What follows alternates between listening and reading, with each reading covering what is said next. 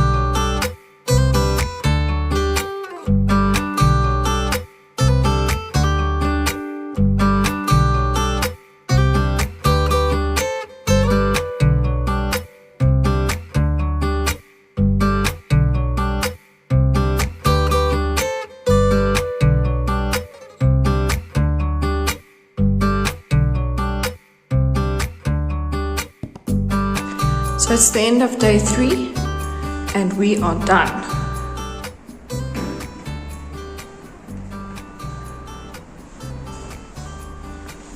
Here we have a cabinet for the gas bottle. So we've got a ventilation on there. Got the extractor fan. Got your oven.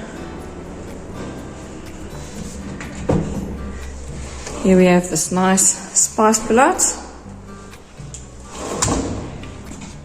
And then I always love to put a drawer underneath the oven, just for that extra things. Nice handy bin.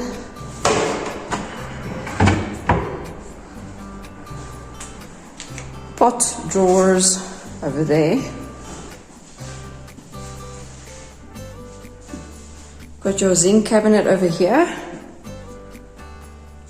Microwave up there.